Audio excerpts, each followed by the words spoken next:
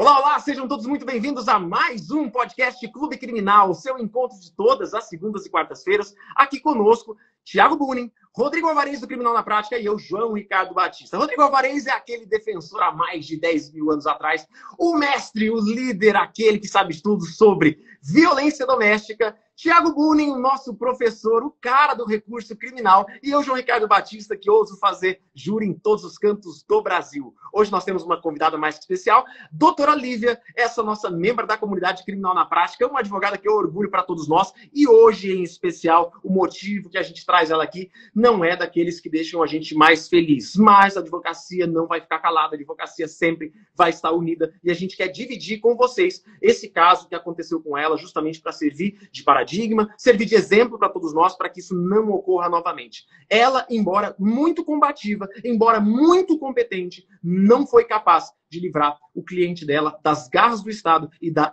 desídia estatal com relação à situação que o cliente dela se encontrava, mesmo depois de ser declarado inocente. A gente vai entrar nesse caso daqui a pouquinho, mas eu quero, antes de mais nada, passar a palavra para o Rodrigo, o nosso mais novo papai. É esse que vai daqui para frente gastar metade do orçamento dele com fraldas. Eu quero dar as boas-vindas para Rodrigo Alvarez. Seja muito bem-vindo, papai Rodrigo.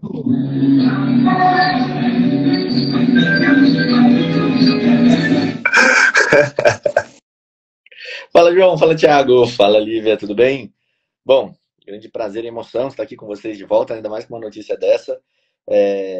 Para mim, essa notícia era muito impactante, né? Muito feliz aqui. Mas hoje a gente tem também um caso muito triste de tratar, que é o caso da Lívia. Grande Thiago, show de bola. Bom, vamos lá, passar a palavra aqui para o Thiago também, para a gente começar a falar do podcast. Fala, Thiago. Fala, rapaziada, o assunto nosso é bem sério hoje, mas antes de entrar no assunto sério, óbvio que eu não poderia deixar de fazer uma brincadeira e parabenizar nosso amigo Rodrigo Alvarez, o pai do ano. Ontem, uma notícia surpreendente para todo mundo: Rodrigo e Ana serão pais do bebê mais criminalista e mais viajante desse país, com certeza.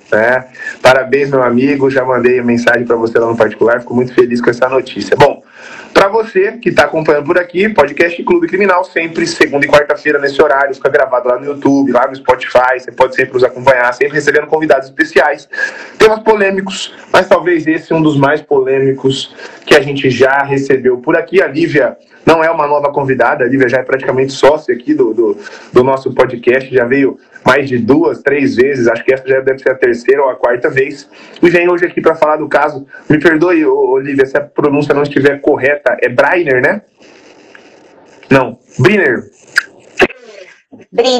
Briner. Para falar do caso do Briner de César Bittencourt, que foi cliente dela. Lívia, antes de ir para o desfecho trágico da história, vamos começar contando para a gente, para o pessoal aqui das redes sociais. Thiago, Fala, João. Desculpa te interromper, só apresenta a Lívia, deixa a Lívia dar as boas-vindas aí. Claro, eu achei que o pessoal já conhecia ela aqui, mas Lívia, se apresenta aí pro pessoal, né? Deseja aí, fala aí de onde você vem aí, dá uma boas-vindas aí pro pessoal aqui. Oi, pessoal, boa tarde. Eu me chamo Lívia Machado, eu sou advogada, membro da comunidade criminal da prática e eu atuo em Palmas, Tocantins. E tô feliz de poder participar mais uma vez do podcast, né? E tentar narrar o que aconteceu nesse caso drástico para a gente se juntar, unir forças e evitar que outros casos como esse aconteçam. Lívia, é importante a gente, antes de começar a falar do caso, a gente ressaltar algumas coisas aqui. Primeiro, a Lívia, por muitas e muitas vezes, já era caso carimbado na nossa sala secreta. Por muitas e muitas vezes ela trouxe esse caso para a sala secreta. Quando ela falou do caso, eu já lembrei na hora, porque ele foi objeto de discussão por inúmeras salas secretas. Era a Lívia falando desse caso, das dificuldades dele, né, das possíveis teses que poderiam ser sustentadas. E ela conseguiu algo que é um feito para qualquer advogado.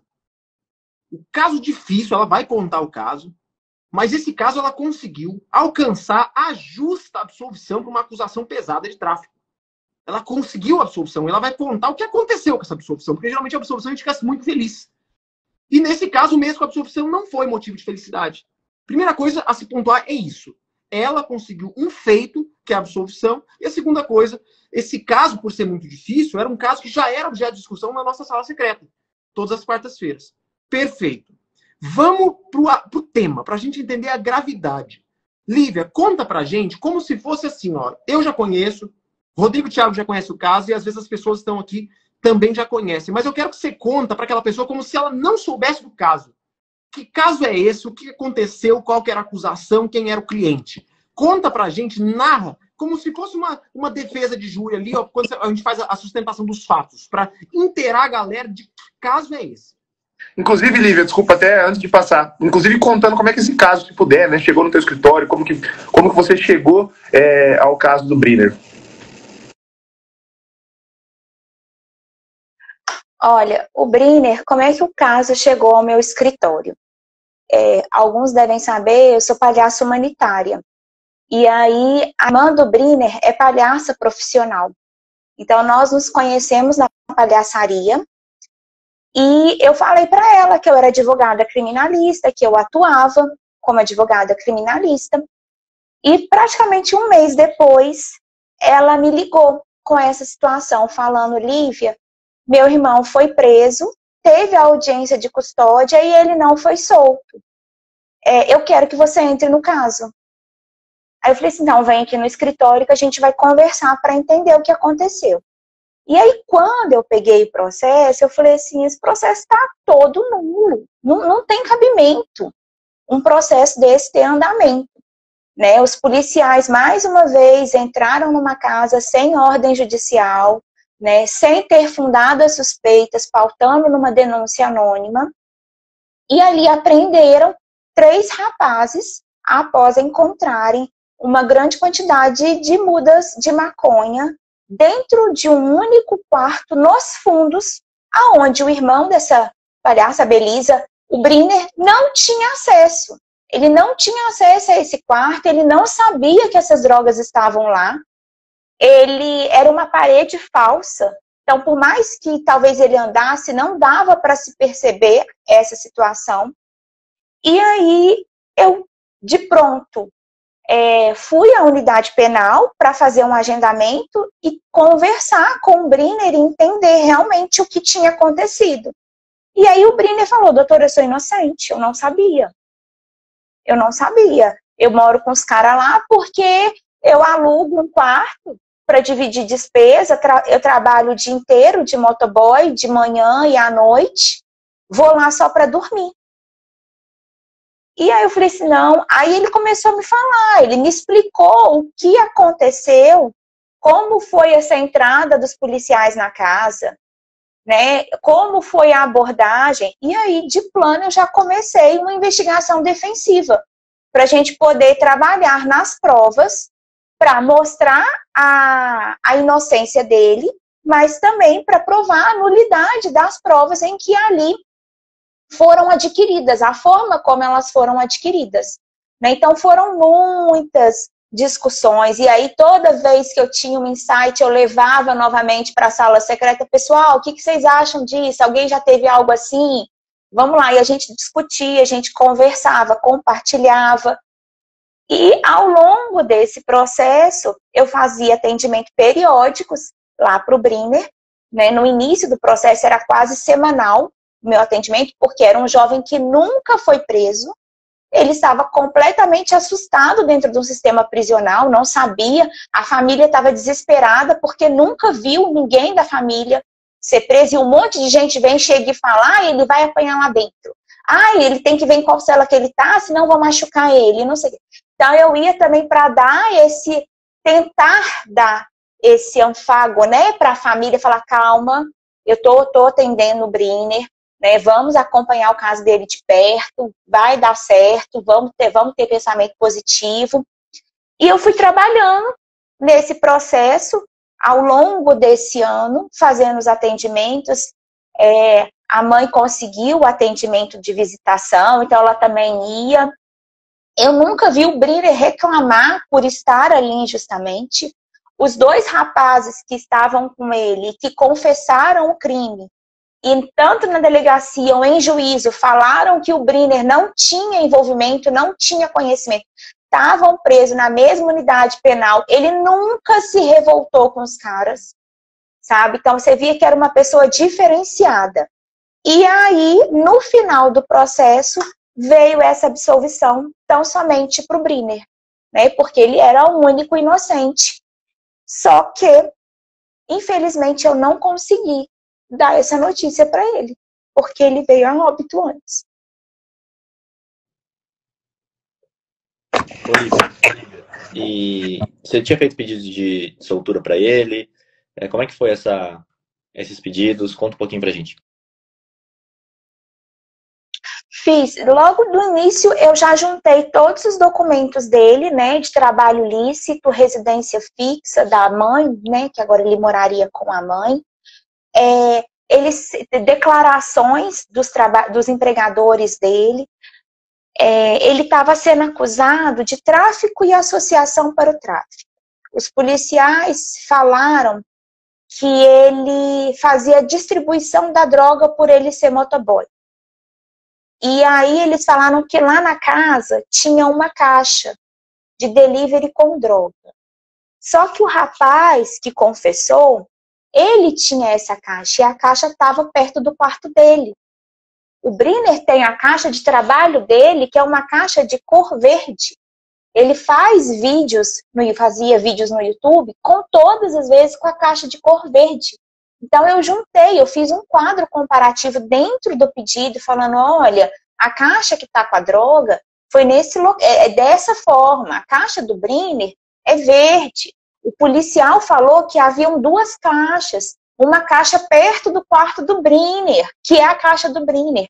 Aí eu trouxe a transcrição do depoimento dos policiais em delegacia, narrando que não foi encontrado nada no quarto dele, sabe? Trouxe também as questões, né, de toda a comprovação de que ele é primário, bons antecedentes, não tinha. Só que, infelizmente, o judiciário manteve ele preso por aquela garantia da ordem pública, grande quantidade de drogas. Mesmo falando, mesmo provando, foi essa a justificativa do judiciário. E eu não tenho dúvida também, Lívia, que quando você entrou nesse debate de a cor da caixa e etc., que tinha elementos que mostravam que não era ele o responsável pelos drogas, pela traficância, foi respondido pelo tribunal que esse não era o momento para o debate, que não podiam entrar no mérito da acusação, que isso precisaria ser comprovado no decorrer da instrução processual, né? Essa é uma prova, esse é um caso assim emblemático, infelizmente, que resultou numa tragédia, mas é um caso para ser lembrado ao Poder Judiciário, para que, óbvio, não são todos os habeas corpus em que se discute liberdade que há possibilidade de discutir o mérito, mas há casos em que há flagrantes evidências, né, materializadas já, e essa é a questão, né? Se aquilo já está materializado, com prova pré-constituída, documentada no habeas corpus, onde não é necessário uma produção de prova, porque o que não é possível no habeas corpus é a dilação de prova, né? É dilação probatória, é instruir, não vai ter audiência, etc. Mas se eu já tenho documentos juntados no habeas corpus, é óbvio que aquilo precisa ser lido. Isso é algo que me indigna, porque eles leem para falar que o crime era grave. Só tem como eu falar que o crime era grave, que o crime tem reprovabilidade, se eu ler o processo, se eu olhar o conteúdo e as provas. Mas, ao mesmo compasso, eu não olho o conteúdo e as provas num caso desse, onde flagrantemente ele não era o responsável pela conduta, para verificar que não havia, por exemplo, uma justa causa contra ele e já ter, naquele momento, soltado e trancado o processo contra ele. É algo que me indigna muito, porque é seletivo o olhar. Eu só posso olhar a acusação, eu só posso olhar aquela prova que está materializada para um dos lados, para prender, para soltar nunca. E a gente vê isso diariamente acontecer. Fala, João. Olívia, nessa senda que o Thiago levantou aqui, eu queria que você falasse um pouquinho sobre uma coisa que me cortou o coração nesse seu caso. Só o pessoal que está ouvindo aqui, que chegou agora, para que se entenda. Olha o que a Lívia acabou de dizer. O cliente dela, sendo acusado de tráfico e associação, não era responsável pela droga apreendida. Havia uma série de indícios que mostravam que ele é inocente. ficou preso durante o processo inteiro. Ao final, ela conseguiu provar a inocência e absolver o cliente dela, conseguiu um feito. E aí, uma coisa que me cortou o coração é o fato de você não ter conseguido avisar para ele que ele era inocente, que ele foi inocentado, que houve uma sentença absolutória antes dele morrer. E já que a gente está falando de morte, fala também a causa da morte, se ela poderia ser evitada pelo Estado, quais os indícios que mostravam que ele estava à beira da morte. Simplesmente houve uma negligência absoluta, cegou-se deliberadamente aquele estado de saúde que ele se encontrava. É complicado, porque no dia 10 eu tinha um atendimento para ele. Eu tinha um atendimento. O dia do falecimento dele, pela manhã eu ia fazer o atendimento para ele, né, para falar dessa situação. De que, para saber como ele está, para falar sobre as questões procedimentais novamente. Mas o que aconteceu? Do dia 9 para o dia 10, ele passou muito mal dentro da unidade penal. E aí, às 9 horas da noite, ele foi tirado do pavilhão e encaminhado para a enfermaria da unidade penal. Ele ficou em atendimento na enfermaria até 11h30, 11h50 da noite. Só aí que ele foi encaminhado para a UPA Sul, que é a unidade de pronto atendimento aqui em Palmas. Quando ele chegou na UPA Sul, ele já chegou em estado já semi-morto, praticamente. Com muitas dores abdominais, muita falta de ar, não conseguia andar. E em razão desse, e relatou para o médico que ele já estava nessa situação há 14 dias. E aí, em razão disso, o médico plantonista foi fazer uma radiografia dele, um raio-x da barriga e do tórax, verificou os pulmões todos comprometidos, já colocaram ele no oxigênio, não resolvendo a situação, colocaram ele, entubaram, ele teve uma sequência de paradas cardíacas e veio a óbito. E aí, só aí, a unidade penal veio informar a mim e a família sobre o estado de saúde do Brenner, que era o óbito. Os 14 dias houve silêncio da unidade. Então, assim, me deixou muito revoltada, porque eu sou uma advogada atuante dentro do presídio, eles têm o meu contato, a gente pegou os prontuários, solicitamos os prontuários de todos os atendimentos, era dado praticamente de pirona para ele, para dor. Então, assim, se a questão era de medicamento, a família poderia arcar, então. Se a questão era tratamento médico, porque a gente sabe da dificuldade da unidade penal ou do Estado, falava para a família que nós requereríamos uma saída dele para um atendimento médico, como eu já requeri em outros processos e consegui. Então, não entendo uma doença que ele adquiriu dentro da unidade prisional, porque eu fiz atendimento com ele, a mãe dele conversou com ele, não foi feito, não foi relatado nada por ele. Ele não relatou que ele estava sentindo esses sintomas. Quais eram os sintomas? Desculpa. Era náuseas, era expelir sangue. Né? Há relatos de que ele não conseguia andar para ir para o pátio no banho de sol. Ele era auxiliado pelos colegas de cela. Então era algo visível em toda a unidade. Então, isso é revoltante. E aí, quando o João pergunta se houve uma negligência, houve uma falta de prestação de serviço, porque ele era custodiado pelo Estado. E a doença foi adquirida dentro da unidade. Então, era a responsabilidade do Estado em fornecer ali um atendimento médico adequado ou então informar a família o que estava acontecendo para a família providenciar. Em momento algum eles perguntaram se o Brenner tinha plano de saúde para encaminhar ele então para um hospital particular ou se a família iria se dispor para pagar um atendimento especializado. Nada disso foi fornecido, nada disso foi conscientizado, nem a defesa, eu, advogada, nem a família. Então, isso é de indignação por completo. Olívia, o que acometeu ele? Qual que foi a doença? Após o falecimento, como o médico que o atendeu na UPA não diagnosticou a causa mortis, a gente conversando, né? Eu falei com ele, doutor, eu vou fazer um boletim de ocorrência, então, para fazer a autópsia do corpo, para verificar essa questão. E foi aí que nós solicitamos a autópsia. Em preliminar, saiu que ele estava com uma embolia séptica, né? Mas ele estava com os órgãos todos comprometidos. O estômago dele, o fígado dele, ele estava com dores fortíssimas no abdômen, sabe? E isso provavelmente gerou uma infecção generalizada, o que ocasionou a pneumonia, em razão do comprometimento dos pulmões, a parada cardíaca, e aí veio a embolia séptica. A embolia séptica, ao meu ver, é o fim. Mas e o início?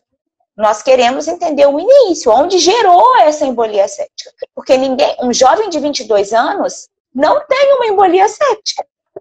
Um jovem que não fumava, que não usava droga, porque ele estava dentro da unidade penal há 1 ano. Então não dá nem para falar. Que ele bebia, que ele tinha uma vida desregrada. Nada disso. Ele estava custodiado há 1 ano. Olívia, esses 14 dias que ele vem regredindo, estão anotados no prontuário dele? Aparecem ali atendimentos, reclamações? Aparecem que ele vem um quadro evolutivo. Ele fala que toda vez que ele come, ele vomita. Aí começam a dar sal de fruta para ele melhorar.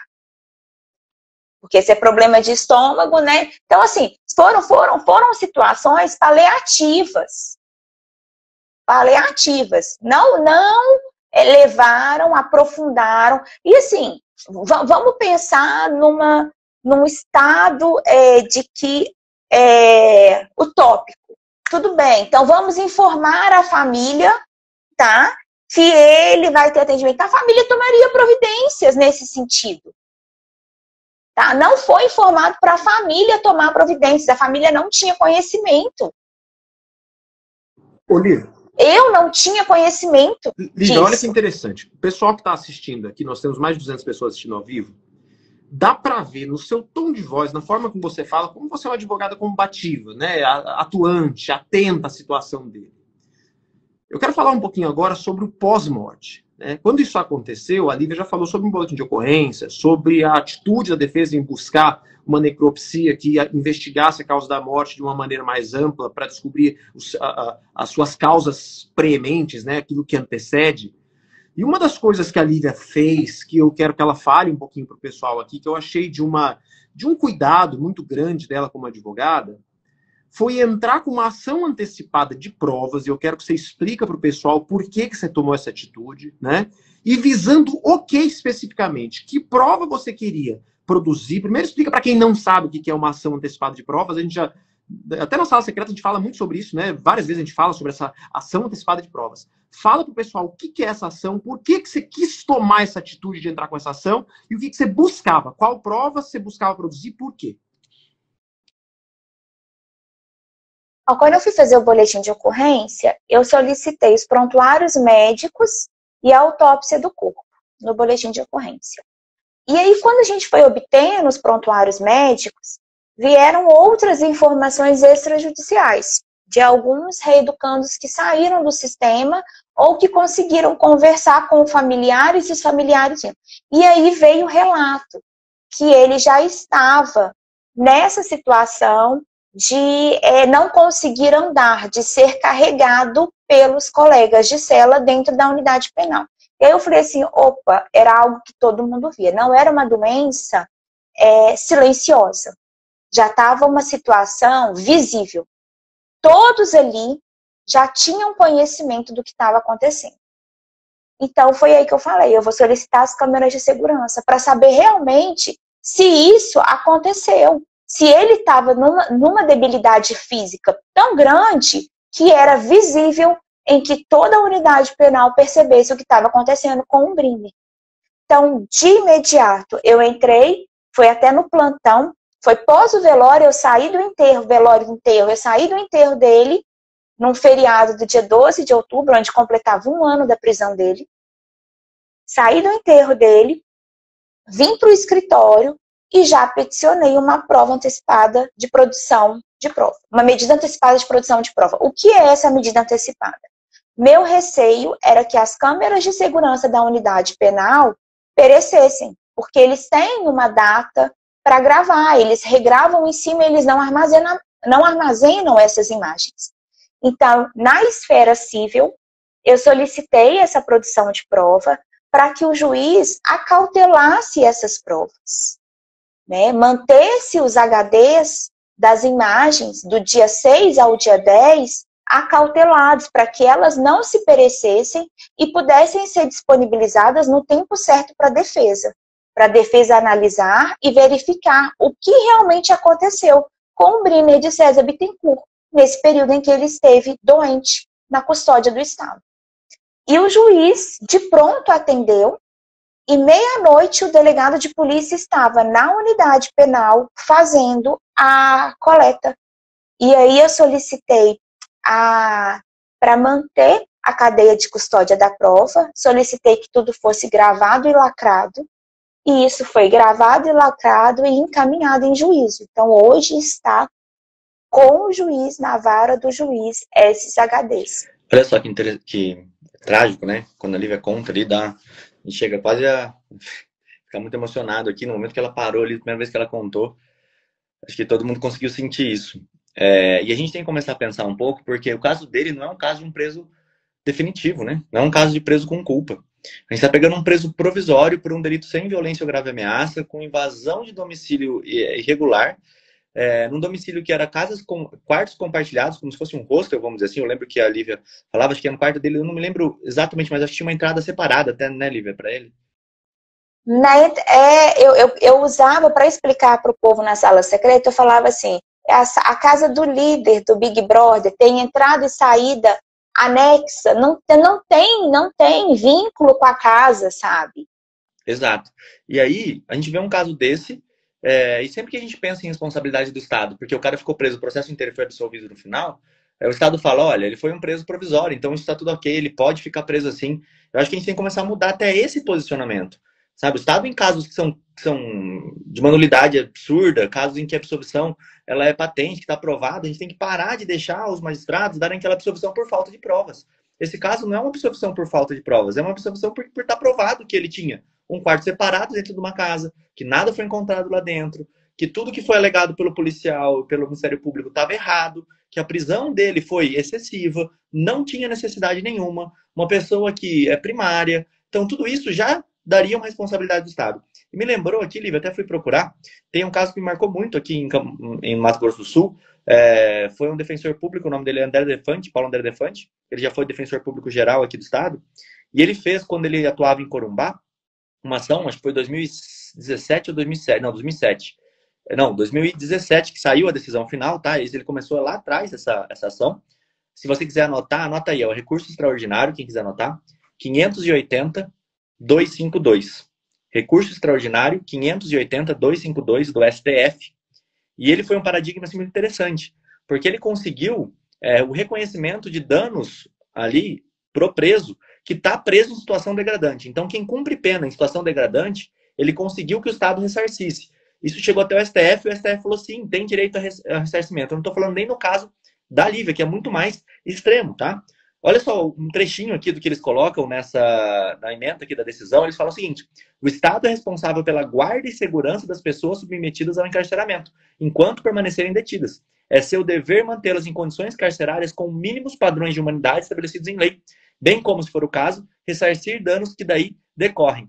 Essa aqui é só um trechinho, tá, da decisão. Foi o Terias Zavascki, que era o relator desse caso aqui. Então, é um precedente muito interessante que a maioria das pessoas não utilizam esses precedentes. Eu acho que a gente tem que se unir, como a Lívia falou no começo, a gente tem que se unir como defesa aqui nesses momentos e começar a pedir em vários processos. Claro que naqueles processos que tenham indícios, né? Acho que nesse caso, o rapaz dormia do lado da privada por 10, 12 anos da vida dele, sabe? Tipo, isso foi comprovado. Cadeias superlotadas, A gente tem que começar a mostrar isso. E no caso da Lívia é um caso que grita, né? Que isso tem que ter uma ação de indenização contra o Estado. Essa ação tem que ser pesada, tem que ter uma reparação para essa família que perdeu ali um ente querido, que era inocente, que estava preso injustamente, com vários pedidos defensivos mostrando isso, e o tribunal omisso na hora de dar essa decisão.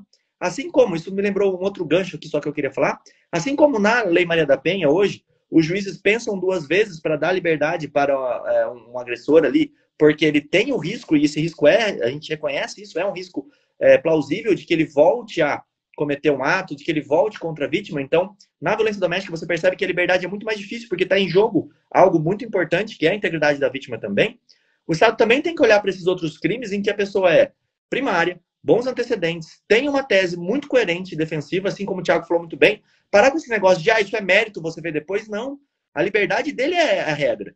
A prisão é a exceção. Então, como ela é uma exceção, você tem que demonstrar, para além do risco da ordem pública, que aquela prisão é necessária. Eu preciso deixar essa pessoa presa, porque senão há algum risco. Qual o risco que ele representava? Ele vai continuar a vender drogas. Tudo bem, faz uma fiscalização e prende ele de novo. E aí sim você fala, olha, houve uma reiteração da delinquência, e por isso ele vai ficar preso. Mas no caso dela, sei lá, é um absurdo muito grande, assim, que é algo que revolta todo mundo que vê e que ouve falar desse caso e, enfim. Olívia, vocês pensam em fazer essa ação? E aí, então, nesse momento, Rodrigo, a gente está procurando entender quais são as causas que levaram o óbito do Brenner. Porque, assim, para todo mundo que a gente conversa, é impensável um jovem de 22 anos ter um problema grave nesse Olívia, sentido, sabe? Então, assim, é impensável. Até te interromper nesse ponto, eu acho que para além de ser impensável ele ter um problema, o impensável são 14 dias. Uma pessoa que fica por 14 dias agonizando dentro de um sistema carcerário, mostrando que está doente, procurando assistência, tendo sintomas visíveis de que alguma coisa está muito errado, e o sistema não avisar a família. Tipo, são várias situações muito graves e que acontecem nesse caso assim de forma absurda, que cara, não avisou, por que não avisa? Foi o que você estava falando. Então, aí já tem uma responsabilidade. Não interessa se isso seria uma doença que ele desenvolveu, foi uma parada cardíaca, foi uma morte fulminante. Aqui ele não vai ter esses sintomas, mas enfim, era algo que ele já desenvolveria mesmo fora do presídio. Tudo bem, mas e os 14 dias que você deixou essa pessoa agonizando sem tratamento? É no segundo, terceiro dia que a pessoa está apresentando o mesmo quadro, isso tem que ser no mínimo comunicado já à família. Eu sei que o Thiago também teve uma luta dessa muito forte com relação a isso, dele manifestar na imprensa, inclusive, falando, olha, o que está acontecendo aqui vão aplicar uma pena de morte. Isso acabou acontecendo. O Thiago escreve isso na petição, mostra isso, e o Estado chega até o absurdo de executar, vamos dizer assim, essa pena. Então, acho que só desses 14 dias, pelo menos na minha cabeça, eu não preciso entender nem o que aconteceu com ele. Isso é de menos. Agora, essa falta de comunicação, deixar uma pessoa, sei lá, impensável. O João até que fala muito sobre aquela... Quando a gente pensa no homicídio doloso, que tem as qualificadoras ali, que tem o meio cruel, é justamente você deixar a pessoa prolongar um sofrimento desnecessário, considerando o crime de homicídio, vamos dizer assim. Agora, você imagina 14 dias uma pessoa buscando assistência e nem falando para a família, olha, vem que ele tá mal, vê o que vocês podem fazer. Para mim é bem evidente. Bom, só queria pontuar isso. Ô, Rodrigo, e aí, fazendo um gancho, né, você falou sobre a acusação, né, de meio cruel. Uma das coisas que eu acho tão injusta é que o Estado, às vezes, ele, por meio de um acusador, de um promotor, ele chega ali num caso de embriaguez ao volante, que ninguém sai com intenção de matar, e aí ele fala, é sempre a mesma coisa, eles falam assim, assumir o risco. Assumir o risco, né? Só que esquecem que para que haja um dolo eventual, não basta só prever o resultado assumindo o risco. Tem que ficar indiferente com o resultado, tem que falar assim, dane-se, se matar, matou. E aí quando eu olho para uma situação dessa, da Lívia, eu começo a perceber que o Estado deveria se preocupar, em vez de botar promotor para acusar aí gente que não queria matar e que tá dirigindo embriagado, como muita gente faz. Olha, não vou falar quem nunca fez, né? Mas enfim. Em vez de se preocupar com esse tipo de coisa, o Estado deveria se preocupar aí sim com a indiferença com o resultado morte. Para o Estado é só mais um número de processo. Para o Estado, Brenner, aí sim o Estado chegou, além de assumir o risco, ou seja, previu que poderia acontecer, o que a Lívia vai fazer agora é buscar nessas câmeras para saber se o Estado estava indiferente com o resultado morte. Se morrer, morreu, é mais um número, vai para o caixão, é mais uma vaga que se cria. Então, a impressão é que dá é que tudo vai por água abaixo. Aí vai o tema, né, nosso, né? É o descaso do Estado com a situação prisional. Esse é só mais um caso isolado, número 7.500 desse ano. Só isso, né?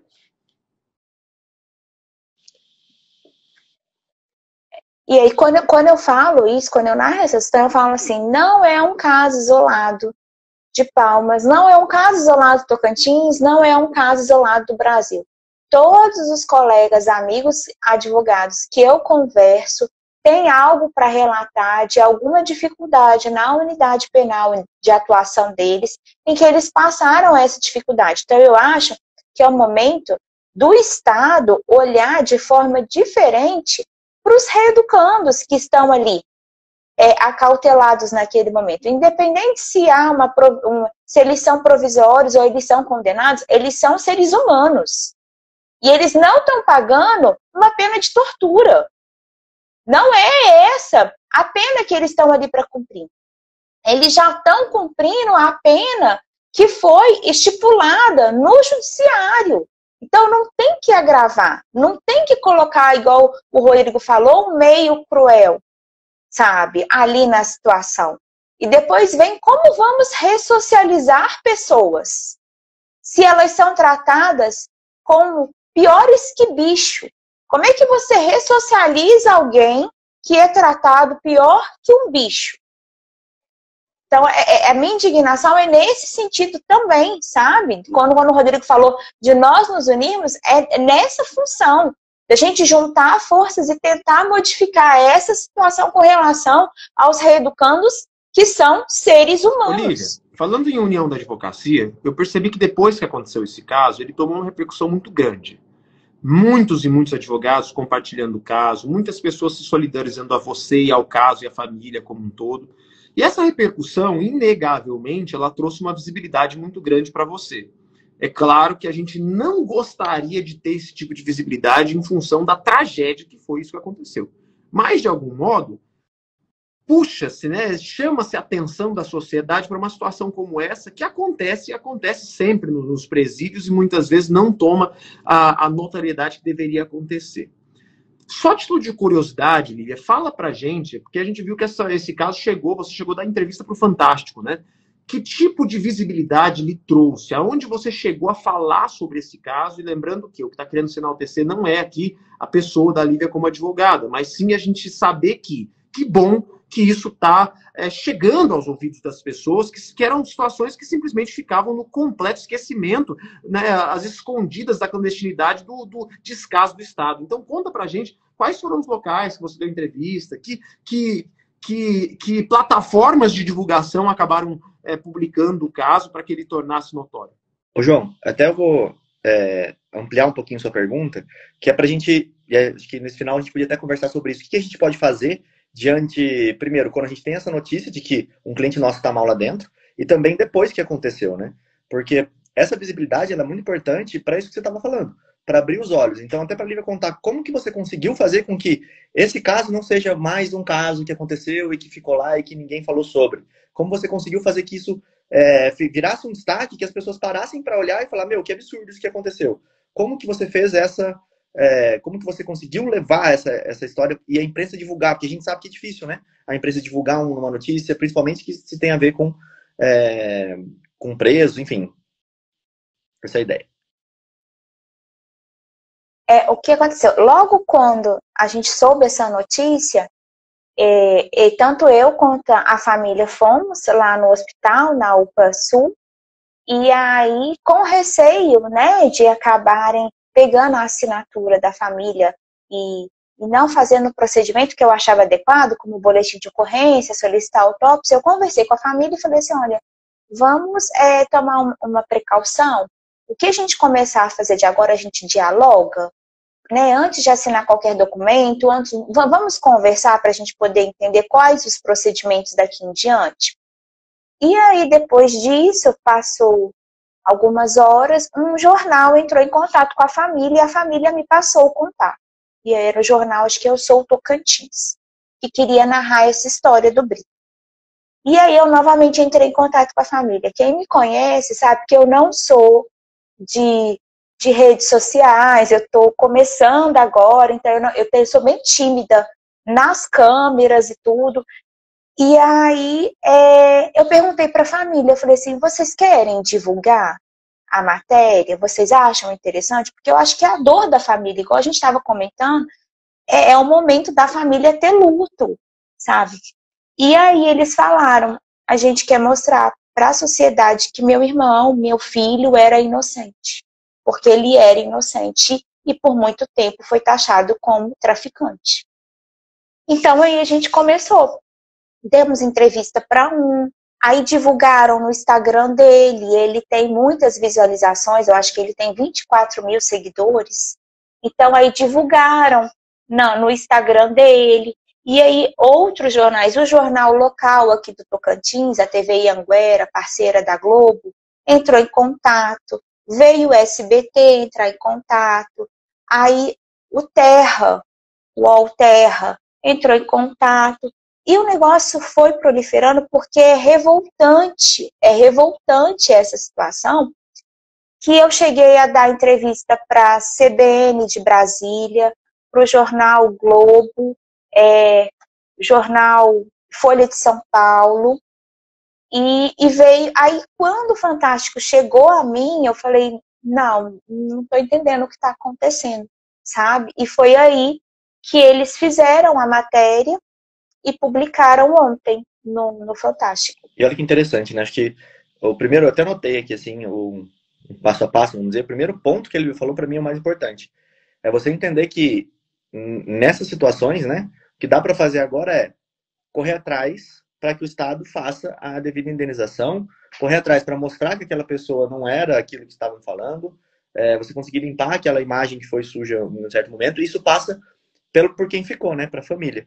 Então, o contato com o pai, com a mãe, o contato com os familiares é muito importante. Você pensar isso primeiro, antes de qualquer coisa, né? Olha os cuidados que ele já teve. O primeiro foi, não assinem qualquer coisa. Deixa eu olhar o que vocês estão assinando para não se assinar um laudo ou alguma coisa do gênero que vai falar lá que a família era responsável, então que você já sabia daquilo.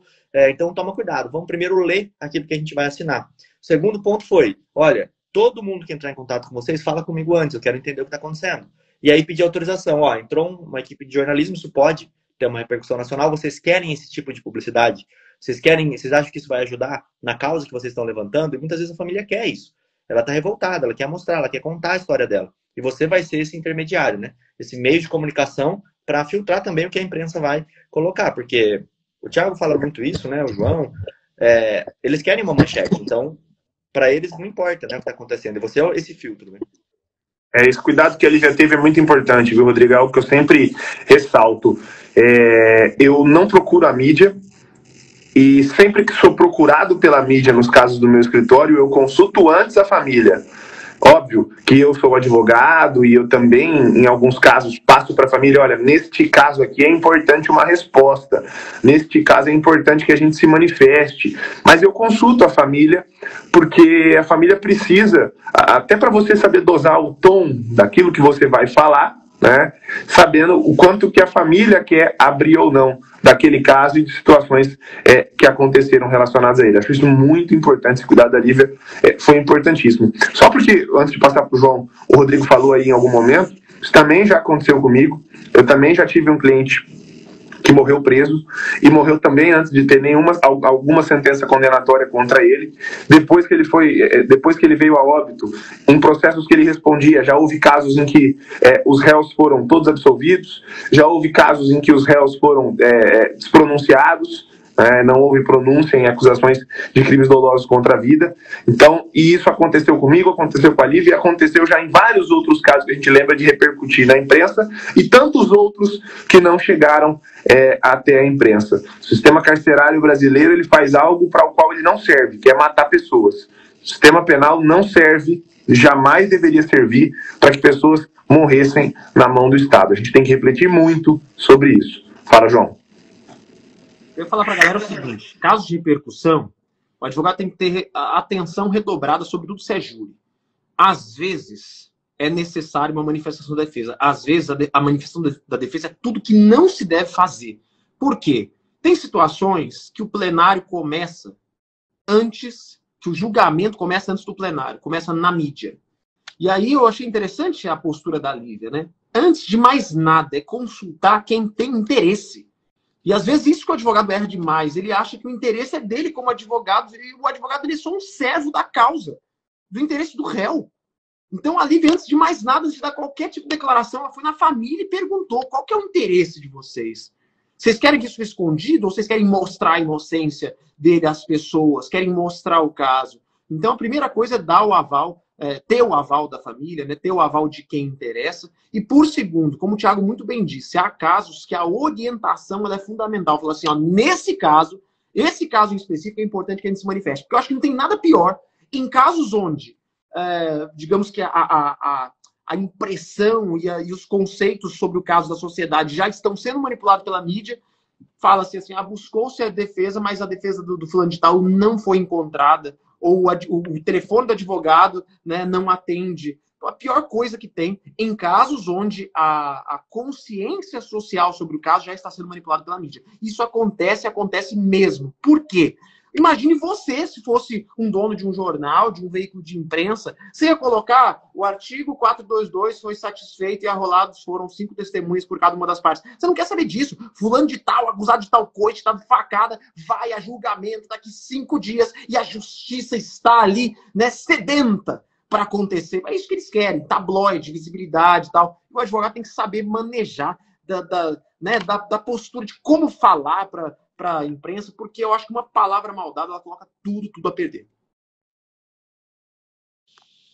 Exato. E aí, a gente podia falar um pouquinho também do que fazer caso seja comunicado, né? Você tem ali um cliente, o seu cliente está passando por uma situação difícil, que tipo de pedido que eu consigo fazer?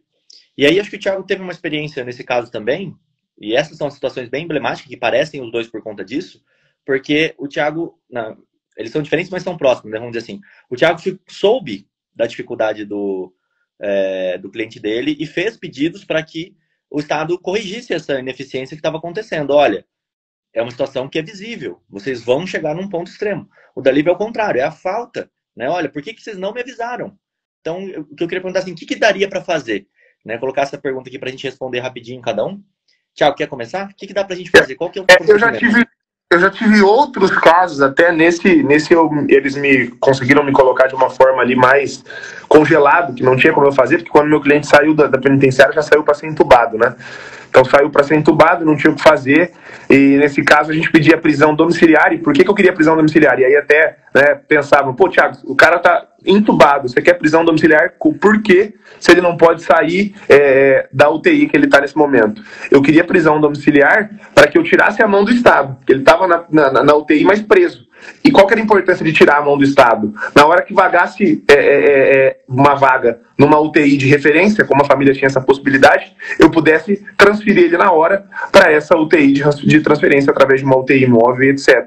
Né? Porque, nesse caso, eu tive que ficar solicitando autorizações judiciais. O médico falou que agora ele está bom, pode ser transferido. Então o juiz me autoriza. O juiz demorava 2 dias para autorizar. O juiz autorizava, o médico falava, agora não dá mais. Né? Então essa foi uma situação bastante complicada. Mas, em outros casos, e me parece que a Lívia já falou, citou isso também, que não foi possível isso nesse caso, e é isso que ela fica bastante chateada, porque isso já aconteceu em outros casos.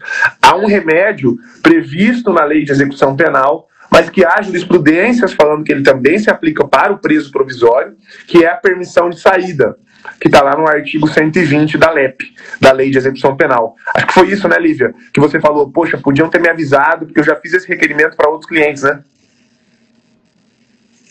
Foi, porque eu tenho alguns clientes, né, alguns reeducandos lá na unidade penal, e teve um que ele solicitou a minha ajuda, tão somente porque ele tem problema cardíaco. E aí ele estava precisando de fazer um cardiograma, a unidade penal não tem, lá na enfermaria não tem esse aparelho, havia esse pedido há muito tempo e não tinha esse aparelho, então eu entrei com uma medida judicial, foi permitido que ele saísse para receber um atendimento médico de um cardiologista, para ele fazer os exames. Então, quando eu falo que o Estado poderia ter acionado a família e a defesa para isso, é porque a gente entende as limitações, às vezes vivenciadas na unidade penal, mas isso não impede que eles omitam informações. Perfeito. Lívia. Só uma observação, João. Rapidinho, só uma observação de ordem técnica, a galera gosta bastante, né? Essa permissão de saída autorizada pela LEP está lá no artigo 120, para vocês anotarem aí, tá? 120 da LEP está lá previsto, acho que é o inciso 2, por questões de saúde, e a própria LEP, porque você vai encontrar, muito provavelmente, a depender do juiz, um argumento de que, mas isso aí só serve para os presos em execução penal, porque está previsto na lei de execução penal, não se presta aos presos provisórios, tá? O preso provisório, ele está preso assim como o preso condenado por decisão definitiva.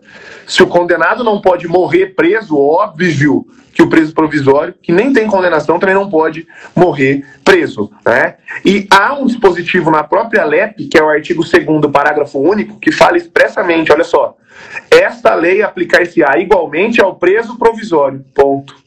Então, a própria LEP diz que dispositivos que estão previstos nela se aplicam também para o preso provisório. Porque o CPP, o Código de Processo Penal, só fala quando alguém pode ser preso provisoriamente. O CPP não fala como é que vai ser a prisão dessa pessoa que está presa provisoriamente. Aí eu tenho que, óbvio, ir na Lei de Execução Penal, que é o que disciplina o sistema carcerário, tá? Então, artigo 2º, parágrafo único, junto com o 120 da LEP.